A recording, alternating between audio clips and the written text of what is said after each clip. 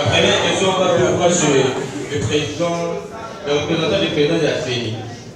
Et à son introduction, elle a dit, avant de procéder aux élections, il faut savoir les nombres des habitants. Alors, ma question est celle-ci. Qu'est-ce qui freinait pour que vous puissiez faire la sensibilisation de la population avant l'inspiration du mandat des chefs de l'État? Deuxièmement, quand nous devons organiser, quand est-ce que vous devez organiser les élections? Et ma troisième question est celle-ci. Et si ma mémoire n'est pas rêvée, mon procès d'illicite m'a appris que... La deuxième question. Quand est-ce que vous devez organiser les élections, la date précise? Ma troisième question est celle-ci. Est-ce que mon beau pays RDC peut se dire un État démocratique? Est-ce que mon beau pays RDC peut se dire un État démocratique?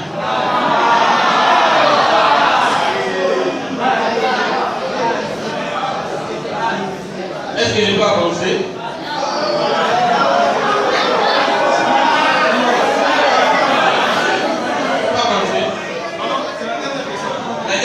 C'est la dernière question. Oui, c'est la dernière question. Est-ce que mon beau pays RDC peut se dire un État démocratique? Parce que mon français de visite m'a dit, si l'un des piliers n'est pas respecté, donc le pays n'est pas dit un État démocratique. Donc, je vais répondre à mes questions. Je vous remercie. Merci beaucoup. On prend les dames. Bon, je me nomme l'étudiante semi-scolastique de DG Sciences de l'éducation. Je voulais savoir ceci. Nous avons vu à peine des maisons où il y a la démocratie, l'autre n'a pas de la démocratie. Je voulais savoir ceci. Est-ce dans un pays où il n'y a pas la démocratie, il n'y a pas les piliers des droits des droits, est-ce qu'on peut parler des élections? Voilà, nous pouvons nous arrêter d'abord pour ce premier tour. On comprend que c'est une matière très importante dans l'émission du lycée électoral. Nous sommes dans des moments électoraux, période pré-électorale. Et vous avez beaucoup de questions à vous poser. Je crois que les représentants de la CENI ici, qui s'est déplacé, c'est avec intérêt pour que vous ayez l'information. Il va répondre à quelques questions et moi je vais répondre sur la question qui m'a été posée. Merci beaucoup. Mon nom est Jean-Pierre Kalamba Bolamba. Je suis rapporteur de la première question concerne les mineurs actuels, c'est-à-dire notre constitution considère que celui qui a moins de 18 ans est mineur. Il ne peut ni se marier, ni faire du commerce, ni faire ce qu'on lui demande, c'est faire les études et exécuter ce qu'il peut faire. La CENI ne remplace pas le ministère de l'Intérieur qui a en charge la gestion de la population. Mais la CENI assiste le gouvernement dans l'élaboration des lois à soumettre au Parlement. On a effectivement constaté que si nous devons chaque 5 ans refaire les listes parce que le recensement n'a pas encore eu lieu, il se posera toujours le problème de ceux qui, au moment où on fait l'opération d'enrôlement, et n'ont pas 16 ans, et n'ont pas 18 ans. Et que quelques temps après, je prends l'exemple du Nord Ubangi, où nous avons été le 31 juillet 2016. Dès que nous avons terminé vers novembre, à cette période, les jeunes de 16 ans, 17 ans allaient déjà poser le problème de ce qu'on appelle nouveau majeur. C'est-à-dire ceux qui, l'opération ayant terminé chez eux, ils ont 18 ans. C'est ainsi que la CENI s'est rapprochée des députés et des sénateurs pour leur dire, parce que nous enrôlons en 2016-2017,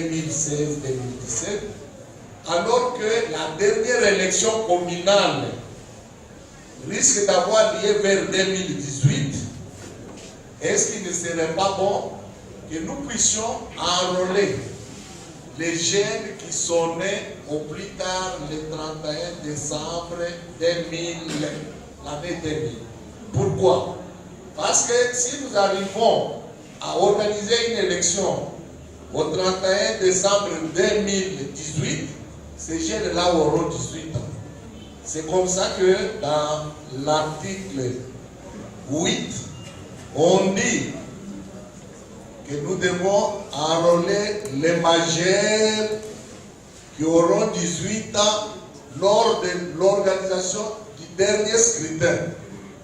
C'est pour cela, actuellement, on leur donne la carte qui porte la mention majeur en telle année. Mais celui qui est né le 1er janvier 2001, vous voyez, dès l'âge de 30 minutes, lui ne peut pas passer parce que la loi ne prévoit pas ça. Est-ce que nous nous sommes entendus pourquoi on enrôle les jeunes? Notre ami a posé la question pour dire mais on les enrôle. Non, nous disons on les enrôle, on leur donne une carte différente de ceux qui ont 18 ans parce que sa carte portera la mention majeure à l'horizon 2017, à l'horizon 2018. Mais il se pose un problème. Il est enrôlé, il ne pourra voter que lors d'une élection qui est organisée quand il aura eu 18 ans.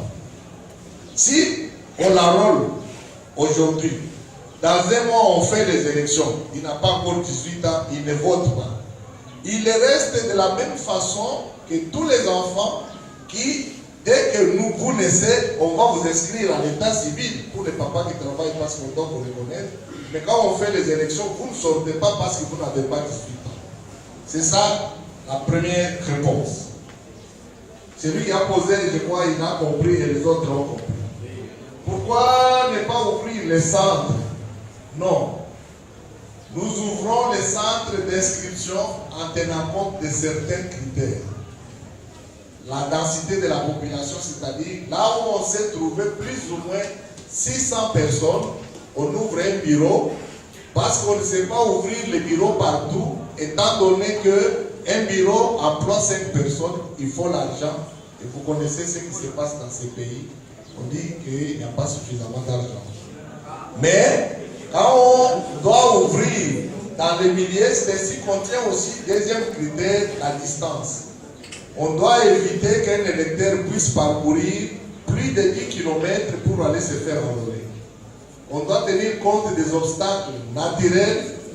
S'il y a une rivière à crocodile, où on traverse, il n'y a pas un pont, là on est obligé de mettre les bureaux de part et d'autre pour éviter que, en traversant la rivière, il y ait noyade, ainsi de suite. Il peut y avoir aussi d'obstacles humains, c'est-à-dire les gens de deux villages qui ne s'entendent pas. On ne sait pas ouvrir un bureau pour que les gens des villages opposés puissent arriver, alors on ouvre dans les deux. Mais le nombre de bureaux tient compte de ces éléments-là et compte aussi des facteurs économiques, l'argent. Par exemple, actuellement, nous avons envisagé d'ouvrir 20 000 bureaux de vote, alors qu'en 2011, nous en avions 11 000.